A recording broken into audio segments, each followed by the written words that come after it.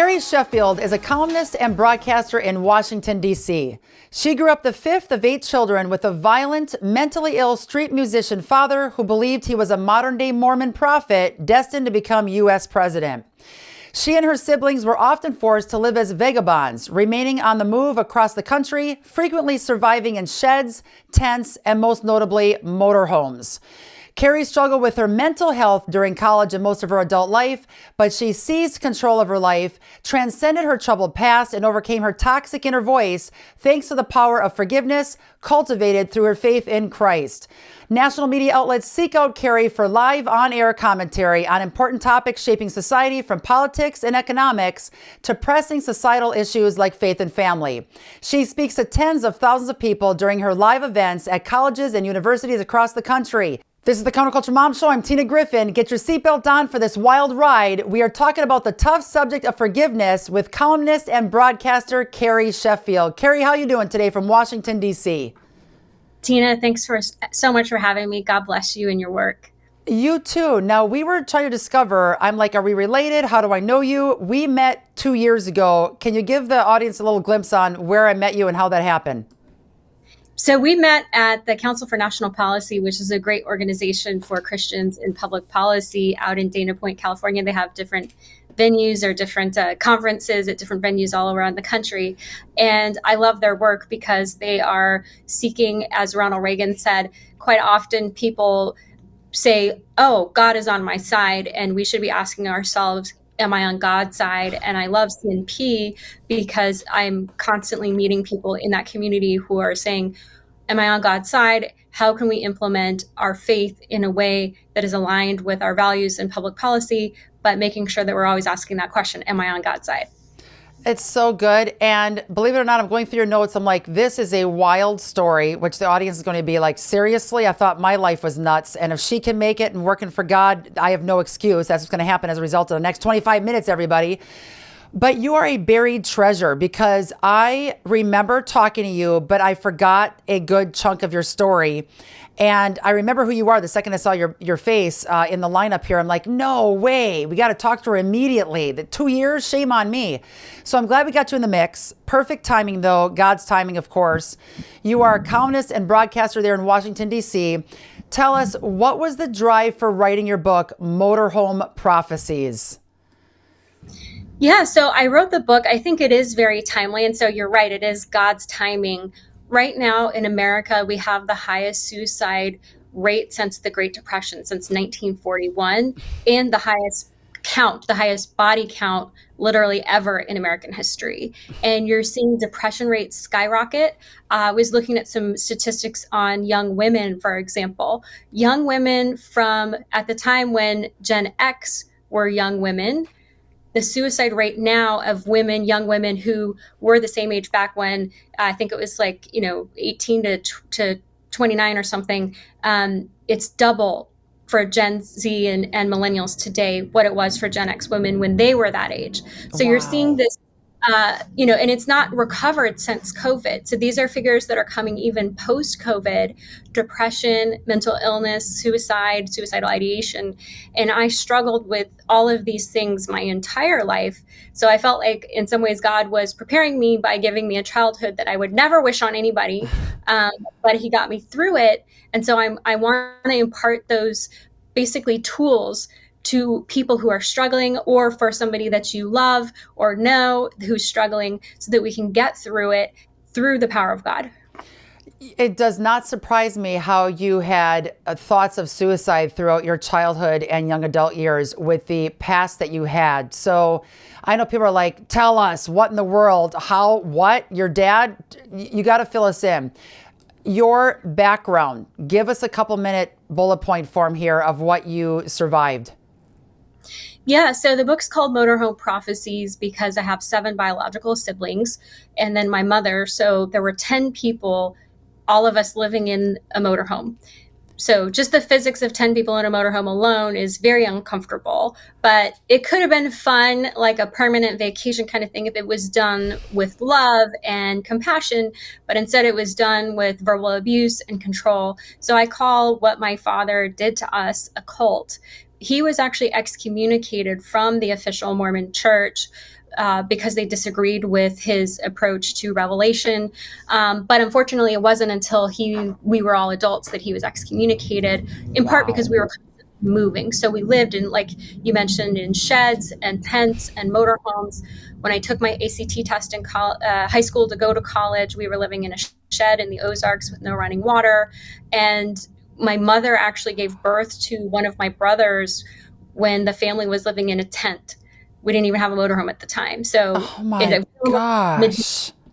I say in the book, it's like medieval times to give birth in a tent. And she gave birth to my sister while she was alone. My dad was out on the streets.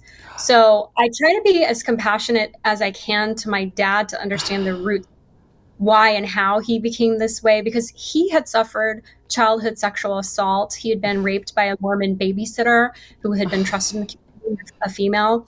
And that's obviously traumatized him. And he was born in 1938. It was a different time. His parents didn't call the police. They didn't tell the Mormon bishop. They didn't call a counselor. There was no way for him to process what happened. And he did say that that led to him feeling suicidal later on in life. And so basically the book is about intergenerational trauma and the fact that he dealt with this that made him suicidal, and he passed that on to us. Sadly, 3 of my siblings have attempted suicide. 2 of brothers have been diagnosed with schizophrenia. One of the schizophrenic brothers groped me and tried to rape me. The other schizophrenic brother accused me of trying to seduce him to have sex with me. And my dad said, yes, you're a slut. You tried to seduce your own brother. And I was just like, I cannot be in this environment. Very toxic. And so I told my dad, I went through kind of my first investigative journalism project, Is My Father a Prophet? And when I came through on the other side, I determined that I believe he was a false prophet or not a prophet at all. And so I told him I wanted to go away to college. And I'm the 5th in the birth order. I have 4 older brothers, and they were still at home. And so I told him I wanted to go away. He raised his right hand to the square, and he said, I prophesy in the name of Jesus, you'll be raped and murdered if you leave. And so at that point, my brother had already tried to rape me. My dad's saying I'm getting raped. So I just gallows humor. I'm like, I'm getting raped, whatever I do. Oh, so, my word. How old were you at this point? 18? I was 18. So I left home a couple months after my 18th birthday. I did come crawling back about a week or so later, which I've, talk in the book about studies about abused women, how it usually takes actually on average 7 times for an abused wife or girlfriend. And in this case, it was my dad. So it only took me 2 times, but on average, it takes domestic, abused woman 7 times to leave, because they go back because they feel guilty. They're also so conditioned, almost like Stockholm syndrome, to keep coming back. I don't even, you know what? The audience will attest to this. I'm usually never speechless. I'm literally at that point right now. I don't know if I should, I want to like punch my fist through a wall and cry at the same time. For your sake, I can't even imagine living through that. I cannot even wrap my brain around that. I probably never will. But the amazing thing is Christ came into your life. That's what we're going to talk about. We're going to go to a short commercial break, support our sponsors. They allow us to get phenomenal guests like you on today, Carrie, to share your story. Unbelievable. But God, right? But God, classic example. You are it. Back with Carrie more on freedom in Christ and what she's doing today to help millions of other people as a result. In a world where technology surrounds us, our exposure to EMR, or electromagnetic radiation, is higher than ever before, with over 400,000 cell towers and antennas in the United States alone, not to mention Wi-Fi that runs 24/7 in our home, cell phones that are carried in our pockets hours on end, and hundreds of 5G satellites in our orbit. Common complaints are ringing in the ear, sleep deprivation, heart palpitations, insomnia, and so much more. Start protecting yourself now. Introducing Redemption Shield, your EMF protection products. With over 700 5-star reviews, Redemption Shield is leading the way in shielding and grounding products. Taking inflammation out of your body with grounding bed mats, grounding bed sheets, hats, scarves, Wi-Fi router covers, cell phone bags. Come and see us today at redemptionshield.com and get grounded and shielded. Redemptionshield.com. Use code TINA and save 10%. Can we trust what's written in the book of Genesis? How could a flood cover the entire earth? And where do dinosaurs fit in the Bible? Find the answers to these questions and more at the ICR Discovery Center in Dallas. Bring family and friends to experience the wonders of creation through our exhibit hall and stunning planetarium shows. Experience the origins of our universe. Step aboard Noah's Ark, chill in our Ice Age theater, meet the founders of science, encounter animatronic animals, and so much more. Our scientists' work is on display in the current research exhibit, and our biology research laboratory showcases our experiments. And don't forget to shop the Discovery Store for t-shirts, books, gifts, and more. Discover how science confirms the Bible today. Bring your family and friends to the ICR Discovery Center in Dallas. To plan your visit, go to icr.org/Tina. That's icr.org/TINA. You've got to check out some of the cleanest, healthiest meat in the nation. Good Ranchers is committed to bringing you American meat that will nourish your family, delivered straight to your front door. We are now hooked on Good Ranchers, eating their meat several times a week. They have a lot of excellent packages to choose from right there at goodranchers.com. Check it out immediately and get some meat on your table. You can choose your boxes: Ranchers Classic, Holiday Helper, Prime Pork Box. Many, many options to choose from. Only 100% American farm-raised meat.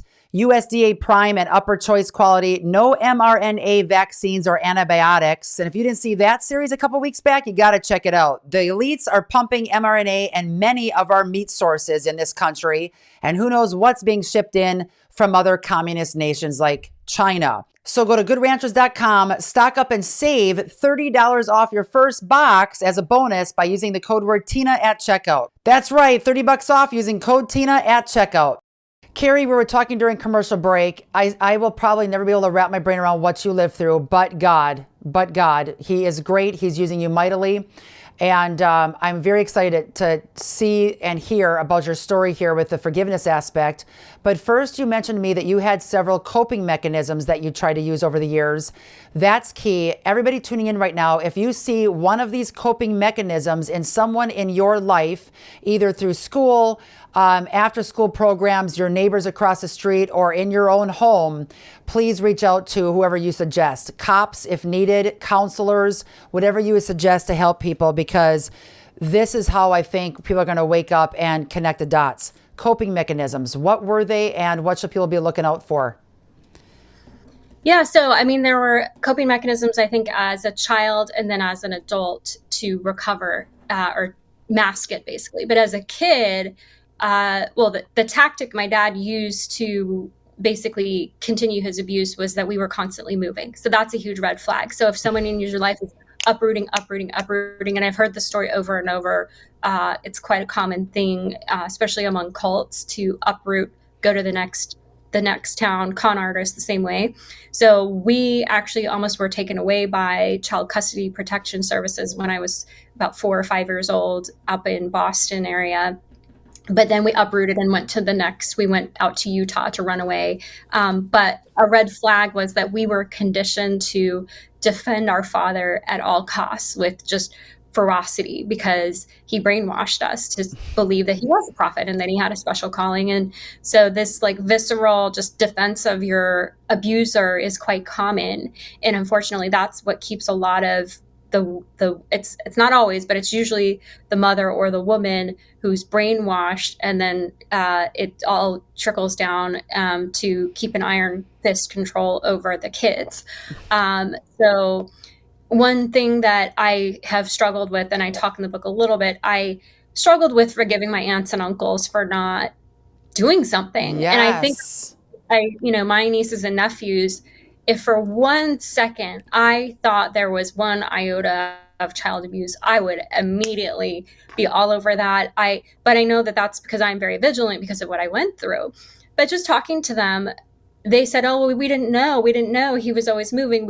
He shut us out. He brainwashed his wife, and so her family and his family. For her family, it was just like, my dad brainwashed her to hate her own family. She said her mother was satanic. She didn't even go to her own mother's funeral. She didn't go to her sister's funeral. So that's a huge red flag of how estranged and how brainwashed are these people against their own family of origin. Because if everyone in the world is satanic and evil except you, the cult leader, that's a huge red flag. So that should be like, you know what? I also think they're in denial that it was as bad as it was, in part because there was almost within, I believe, Mormon culture, there's this perfectionism that you've got to put this facade up. And I certainly carried that with me as an adult. But it was almost like my aunts and uncles were in denial that something this horrific could be in their own family. So they didn't want to they were afraid of him physically, or they didn't want to get their lives messed up by him. So they weren't going to call the cops, because that's like a Jerry Springer thing. Calling the cops on your brother or your son or your daughter, that's something that happens in lowbrow families. But our family, that's not us. So like, why bother? We're not going to do that because that's not us. Girl. It's like, oh, it is.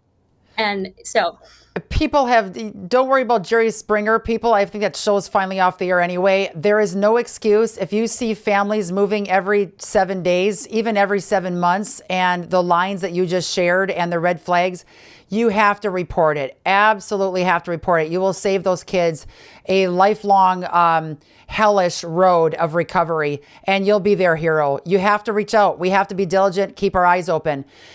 For these last remaining minutes, it is so critical that we dig in your brain and heart for the forgiveness aspect. Most people say, I would never be able to forgive for a scenario like that. Yet Christ calls us to forgive, and you have forgiven. So any petty situation, people, that we might be not wanting to forgive our family for, friends for, after hearing this story and you forgave, hello. Tell us about the forgiveness with your parents, your mom and then your father. This is unbelievable. Once I became a Christian, I talk about how that all happened. Very unexpected. It's God works mysteriously how I became a Christian. But the short answer is I tried everything else and nothing worked to fulfill that. But then I became baptized Christian on December 3rd, 2017. It's a little over 6 years now. Oh, that's amazing. But I knew, and I wrestled with this, that I had to forgive my dad because it was a commandment. Jesus commanded us.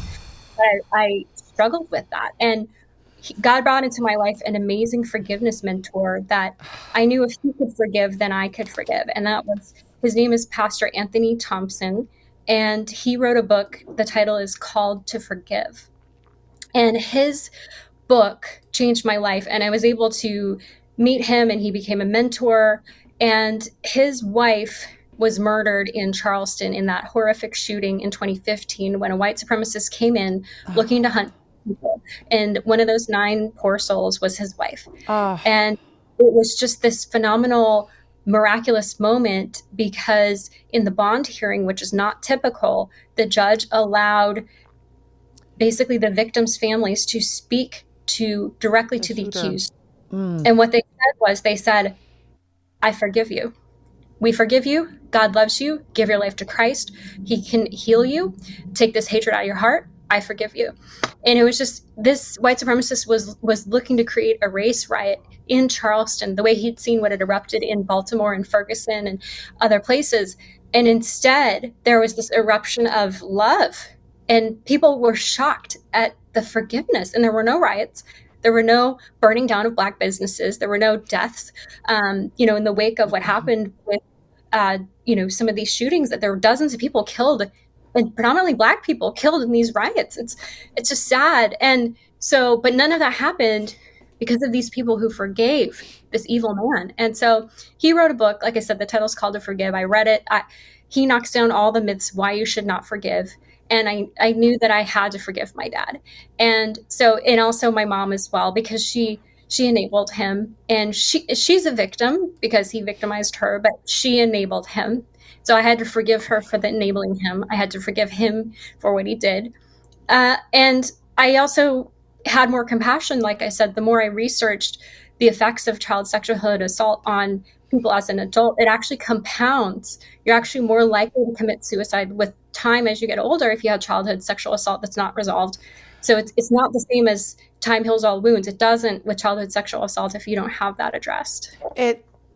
I feel like what a beautiful story. What a horrific, but now beautiful story.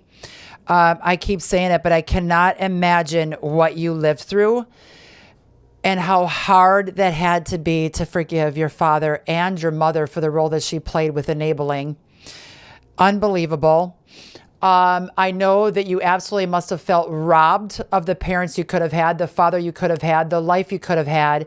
And yet God is blessing you tenfold on the other side of that hell. How did you forgive him? And how did you feel after you forgave him? Well, I have a whole chapter if people want to hear the full story. Get the book, people. Get the book. Thank you. But the moment when I forgave him, I did go in person. I ended up it was about 7 years after I had stopped speaking with him, because he had disowned me all through college. And then I decided to disown him after he said I tried to seduce my brother to have sex. I was just like, I'm done. So I had disowned him for about 7 years. And so I hadn't spoken to him in about 7 years when I did this, and went and I made sure to bring one of my brothers, who's an Army captain, very strong. Just for physical. Because my other two brothers were there too. And, it's just, safe. But it was actually quite calm. It wasn't some big moment where,